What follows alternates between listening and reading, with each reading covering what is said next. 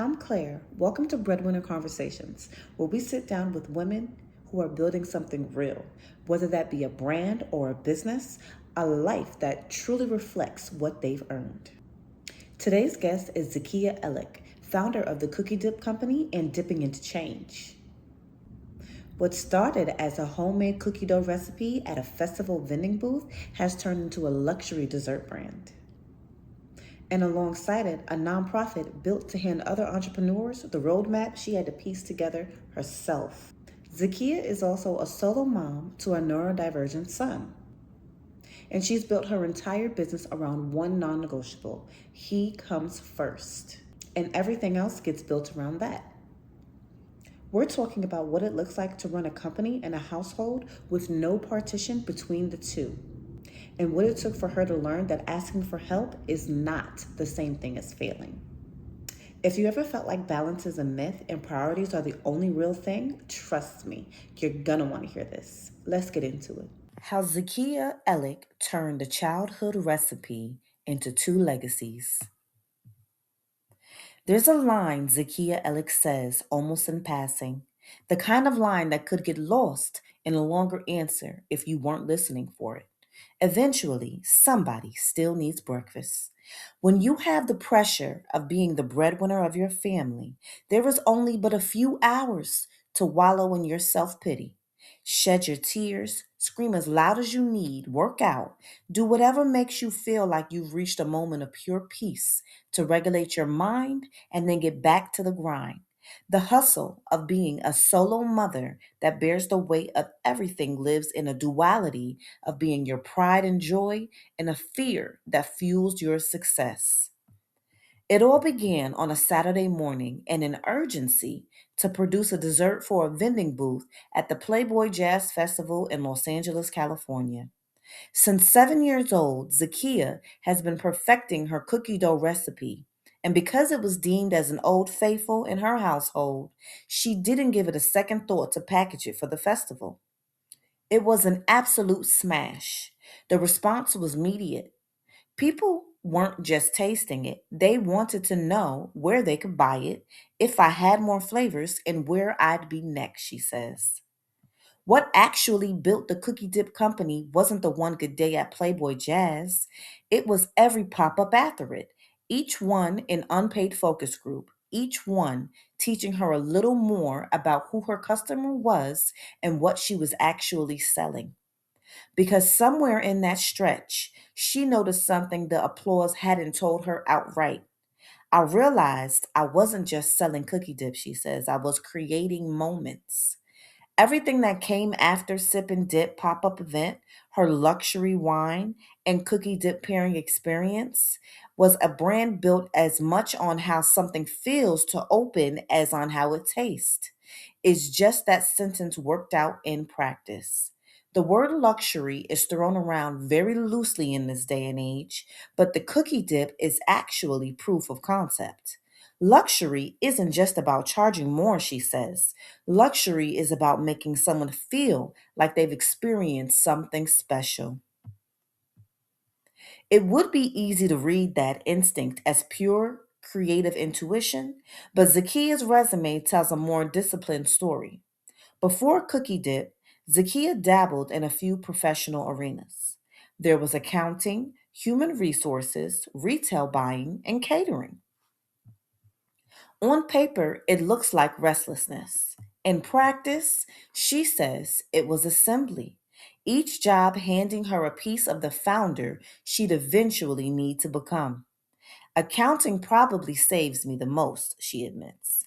And she doesn't mean it as a flourish. She means it as the plain, unglamorous truth of keeping a self funded company alive. Entrepreneurship is exciting until it's time to look at your profit and loss statement. Then reality shows up. Retail taught her that people shop with their eyes first. HR taught her to lead a room, not just manage one. Even the use of a photography skill that she learned in high school as an elective resurfaced years later in her product packaging. If there's one thing corporate life taught her that she's had to unconsciously learn, though, it's the reflex to wait. Corporate America teaches you to wait for approval, she says. Entrepreneurship teaches you to trust yourself and keep moving. That ain't nothing but a word. That trust gets tested daily because Zakiya's life doesn't have the clean partitions most business advice assumes exist. She homeschools her son, and there is no border between mothering and building, just one long day cut into fragments that don't respect each other's edges. One minute I'm teaching math, the next minute I'm answering customer emails, and then I'm making another cookie dip recipe.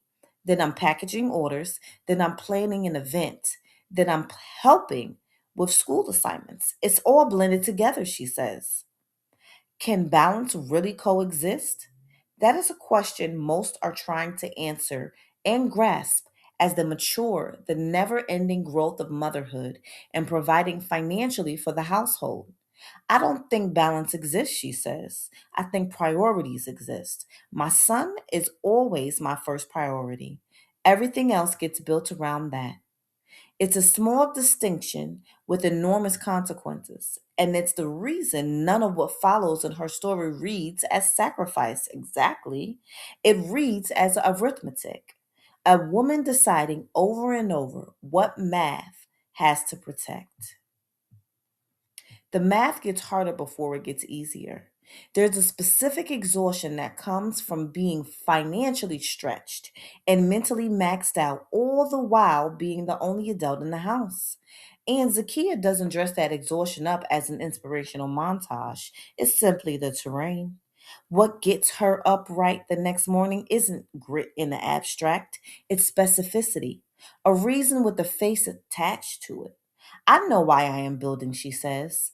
I am trying to create stability, opportunity, and a legacy that gives him choices.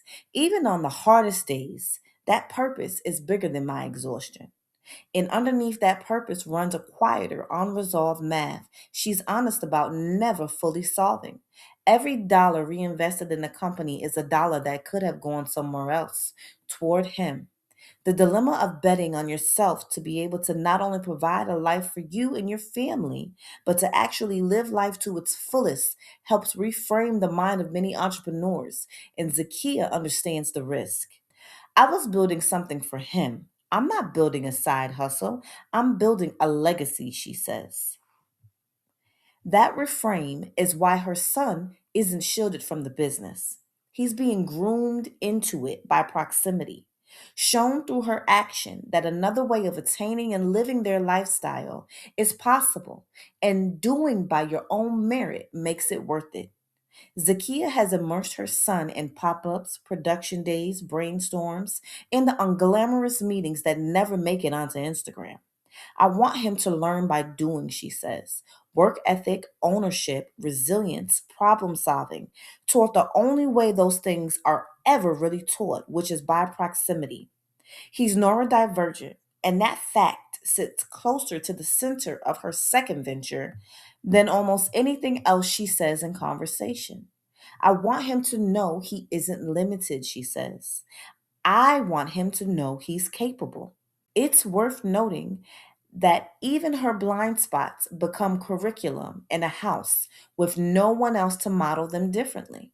She's candid, almost self deprecating about the one lesson she's still learning herself. I struggle with asking for help, she admits.